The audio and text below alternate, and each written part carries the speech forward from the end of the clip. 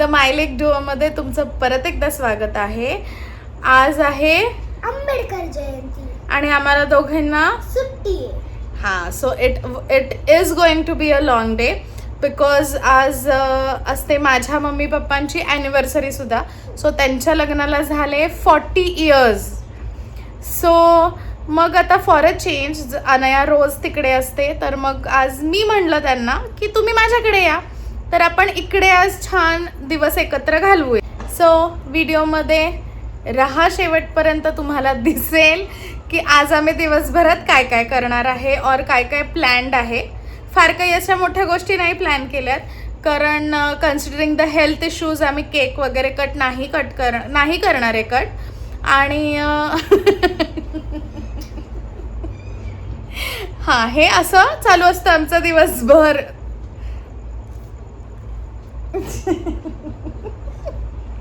So आज मी दिवसभर म्हणजे दुपारी जेवण झाल्यानंतर पापड करणार आहे, साबुदाणा बटाट्याचे स्टिक्स करणार आहे उपासाचे, आणि साबुदाण्याचे पापड करणार आहे.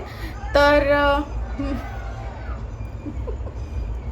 स्टे ट्यून्ड आणि पूर्ण व्लॉग बघा. सकाळची सुरुवात झाली. मस्त माझ्या मैत्रिणीने मला गरम गरम आप्पे आणि चटणी आणून दिली होती. आता मला जे पर्सनली ओळखतात त्यांना माहिती आहे की मला आप्पे आणि चटणी इज अ फेवरेट फूड. आणि मग त्यानंतर मी करायला घेतला स्वयंपाक.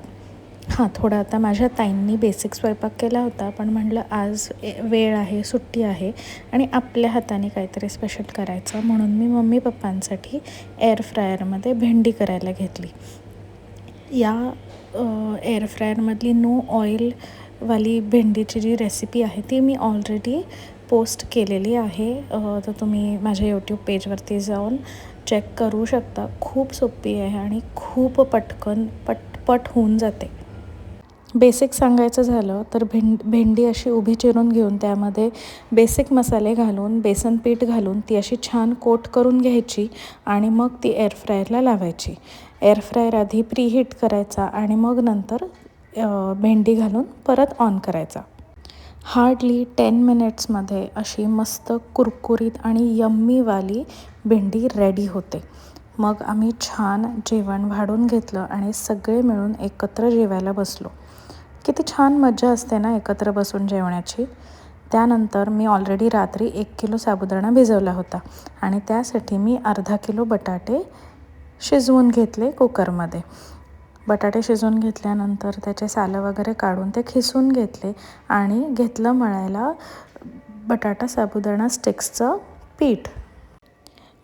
माझ्याकडे सोयऱ्या नव्हता, म्हणून मग मी जरा जुगाड पण केले बरं का. आता तुम्हाला हळूहळू कळत जाईल की मी खरंच जुगाडू आहे. आणि कधीकधी ना दिवसभराच्या गोष्टींमध्ये, रोजच्या वापराच्या गोष्टींमध्ये ना जुगाड हे करावेच लागतात. आपण अडून तर नाहीच बसू शकत. सो मग असा छान मस्त मऊसूद बटाटा खिसून घेऊन त्यामध्ये भिजवलेला साबुदाणा मिक्स करून त्यामध्ये बेसिक मसाले म्हणजे काय, फक्त लाल तिखट, मीठ आणि जिरे एवढं घालून छान मऊसूद असा गोळा मळून घेतला. हां, आता माझ्या हाताला ॲलर्जी आहे म्हणून मी मम्मीकडनं मळून घेतलं, एवढाच काय तो फरक. मग आता जुगाड हा केला की माझ्याकडे सोयऱ्या नव्हता, म्हणून मी असं प्लास्टिकच्या पिशवीला साईडला होल करून त्याच्याने मी थोडे ते स्टिक्स घातले. त्यानंतर करायला घेतले साबुदाणाच्या पापड्या.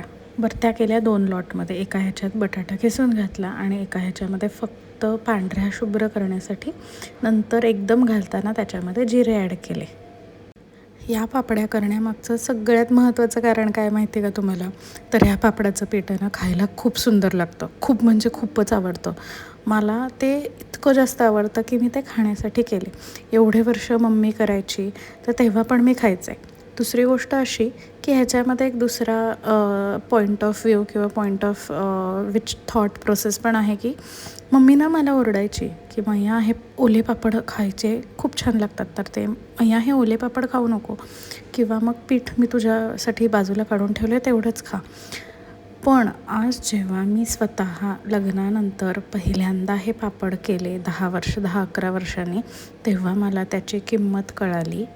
आणि जेव्हा मी ते असे ओले पापड नंतर खायचा प्रयत्न केला ना, मला असं झालं की नाही यार नाही, आपण हे खूप कष्टाने केलं आहे, आपण हे नाही खाल्लं पाहिजे. एवढी उठबस झाली आहे ना की बस काही विचारू नका. माझं एवढं अंग दुखत होतं की म्हणजे मला खरंच कळलं की काहीही गोष्ट करायची म्हणली तर ती साधी सोपी नाही, त्याला कष्ट हे घ्यावेच लागतात. मग त्यानंतर हे असे बटाटा खिसून घातलेले साबुदाण्याच्या पिठाचे पण आम्ही पापड्या घातल्या. आणि बापरे, एका पॉईंटला असं झालं होतं की गरमही खूप होतं आहे, ऊन तर एवढं येतं आहे घरात. बरं, पापड करायचा माझा असा काही फार मोठा विषयही नव्हता माझ्याकडे आणि माझा असा विचारही नव्हता. पण माझी मम्मी, तिचं म्हणणं की मैया तुझ्याकडे घरी ऊन येतं चांगलं, संध्याकाळी 5 वाजेपर्यंत वगैरे असं घरात आतपर्यंत ऊन येतं, तर आपण तुझ्याकडे पापड घालूया, किती सोपं होईल, पटकन वाळतीलही. म्हणून हा सगळा अट्टहास. बापरे, पण त्या अट्टहासामुळे एवढी दगदग आणि एवढी उठबस झाली ना की काही विचारता सोय नाही.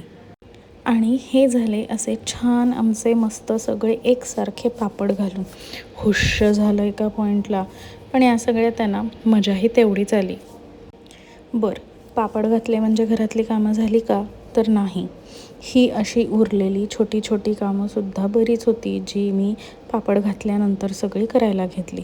बरं, त्यात मला उन्हाळा, त्यामुळे मला स्किन ॲलर्जीज, मी फार तिखटामध्ये किंवा मग गरम ह्याच्यात मी हात नाही घालू शकत, मला साबणाची ॲलर्जी आणि अशा बऱ्याच गोष्टींचा त्रास असल्यामुळे मला माझा हात सांभाळूनच सगळी कामं करावी लागतात.